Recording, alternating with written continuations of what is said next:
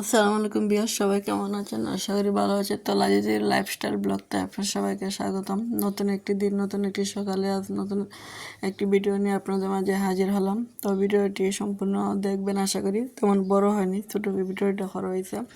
তো শারীরিকভাবে তেমন একটা ভালো না, রান্না করতে তেমন একটা মন হচ্ছে না, যেহেতু আমরা দুইজনই মানুষ আর মেয়ে তো বাসায় নেই। যখন রান্না টান্না তেমন একটা ভালো লাগে না, করিও না, তেমন কোনো কাজও করা হয় না। আর মেয়ে তাহলে তো তার স্কুল কোচিং সব কিছু মিলে অনেক সময় যে গিয়ে কাটে যায় ভালো। আর মেয়ে না তার দিন দিন যেমন আমি অসুস্থ হয়ে যেতেছি, কারণ সারাদিন শুয়ে শুয়ে তাহলে আরও শরীর খারাপ হয়। মনে হয় কাজের মাঝে তাহা আসলে আমাদের ভালো, আর কাজের শরীর কিন্তু কাজ করতেই ভালো লাগে। সারাদিন শুয়ে বসে সময় যেন কাটে না, আর মোবাইল বেশি দেখলে আরও চোখের সমস্যা হয়। আর এদিকে দেখেন রোদ কি পরিমাণ জানালায় দিয়ে উকি দিতেছে। আমার রুমই অন্ধকার হইলেছে, লাইট কিন্তু জ্বালাই, তারপরে দেখেন কি পরিমাণ রোদের কারণে ভিডিওটা একটু অন্ধকার আসছে। তো রুমগুলো একটু একটু ঝাড়ু হয়ে দিতেছি, আর সেগুলো ভালো লাগতেছে না, তারপরে একটু করে নিলাম।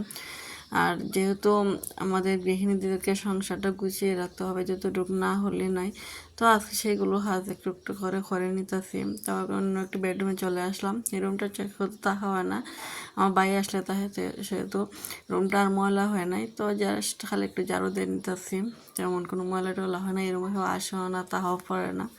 তো ভাবলাম তারপরে একটু ঝাড়ু দিয়ে নিই, ধুলাবালু একটু আসে অনেক সময়। ডিপ ক্লিন করে নিছি রুমগুলারে, যেখানে তেমন কোনো ময়লা না, যতটুকু ময়লা তো একটু ঝাড়ু দিলে অত পরিষ্কার হয়ে যাবে। আর অবশ্য আমি প্রতিদিন এগুলোরে মোছার চেষ্টা করি। আর ফার্নিচারগুলো কিন্তু ময়লা বেশি জমে।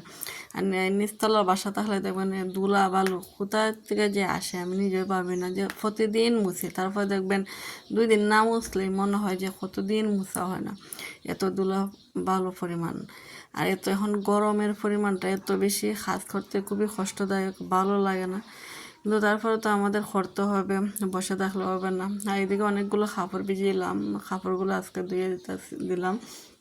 আর রোদ তাহলে কিন্তু কাপড় শুকাইতে ভালো লাগে, আর বেশি দিন কাপড় ধুয়ে দিলে একটা বিরক্ত লাগে। রোদ যেহেতু বেশি, ভাবলাম কাপড়টা রোদে দিলাই, ধুয়ে দিলাম। তো অনেকগুলো কাপড় ধুয়ে দিলাম। তো আর দেখেন আমার ফুলগুলো কি সুন্দর ফুটছে। তো ভালো থাকবেন ভিউয়ার্স, আসসালামু আলাইকুম। আর আমার জন্য দোয়া করবেন, আমি যেন সুস্থ থাকি, ভালো থাকি।